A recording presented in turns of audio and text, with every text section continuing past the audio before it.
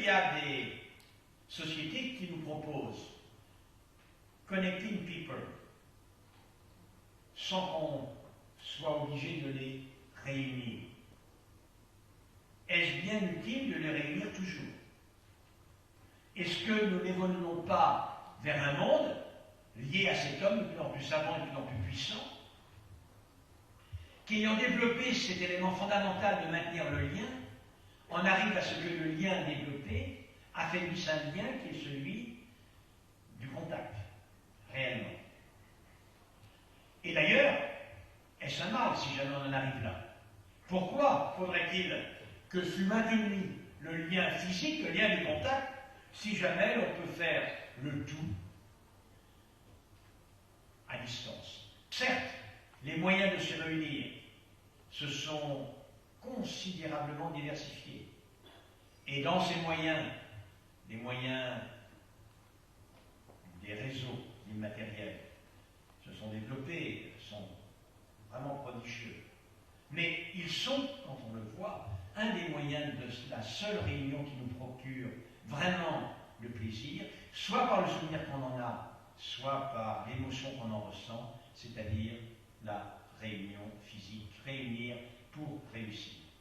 Bonne chance. Une petite réaction après l'intervention de M. Axel Kahn sur le thème du progrès. La sidération. Un enrichissement personnel, bien entendu, inévitable. Et puis bon, quelques réflexions. On a toujours tendance à penser en termes de clients, d'échanges monétaires. Bien sûr, c'est le but premier, on pense en termes de chiffre d'affaires. Mais ce que l'on peut retenir, c'est la capacité de produire ce lien humain qui est donc totalement archaïque, voire archéologique, et cet échange humain indispensable.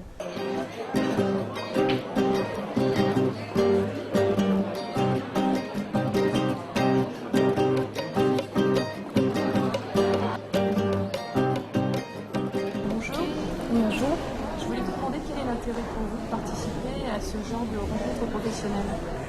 Alors, je suis Anne-Sophie Blanchard, la DCL, je suis responsable des manifestations nationales, donc organisateur de congrès. Pour moi, l'intérêt de ces rencontres, c'est de pouvoir rencontrer plusieurs gérants de lieux de congrès de différentes villes qui sont en adéquation avec mon format et de mettre des options sur les années à venir, 2013 et 2014, puisque je suis déjà sur ces dates-là. Et les mettre en concurrence et voir les avantages et inconvénients des uns et des autres sur, voilà, dans un même temps. Nous lançons en avant-première aujourd'hui, dans le cadre des Journées France Congrès, notre V2 du site éco-événement.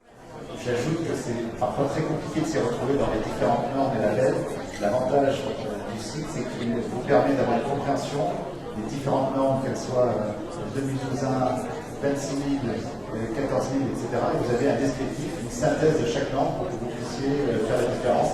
C'est vraiment une boîte à outils facile. Comment est-ce qu'on s'adapte à des réseaux sociaux, à des médias sociaux qui, eux, nécessitent une spontanéité et une instantanéité quasi directe? On vit dans une période transitoire. Et la question, c'est comment est-ce qu'on va gérer tout ça?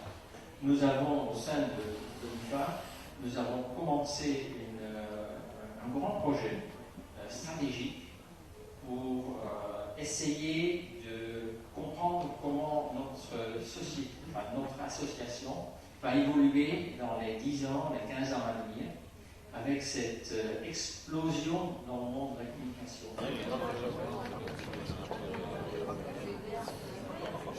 Bonjour Emmanuel Dupas. Bonjour. En quoi ces rencontres France Congrès se distinguent-elles d'un salon traditionnel? On a effectivement un certain nombre d'associations, fédérations qui sont présentes à cette journée du 29 mars, avec un partenariat nouveau avec le CEDAP, qui est le Centre d'études des dirigeants d'associations professionnelles. On a également des entreprises, et puis également un certain nombre d'intermédiaires, et puis des institutionnels qui sont amenés à organiser des événements tout au long de l'année. Voilà, et qui sont donc intéressés par la rencontre directe dans un lieu privilégié et très symbolique qui est l'Institut Pasteur, rencontre avec un certain nombre de villes, les villes membres de France Congrès, puisqu'elles sont au nombre de 53 aujourd'hui, donc avec une offre particulièrement diversifiée. Pourquoi avoir choisi comme invité d'honneur M. Axel Kahn? Alors, on privilégie beaucoup le partage des sujets et des sujets de fond. C'est peut-être ce qui différencie en réalité les rencontres d'autres événements professionnels. On essaie au mieux de parler des sujets qui sont aussi des sujets qui participent en quelque sorte au contexte et à l'évolution de notre société. Et pour mieux se développer, mieux se positionner, il faut comprendre les enjeux. C'est un peu l'objet aussi de cette journée. Voilà.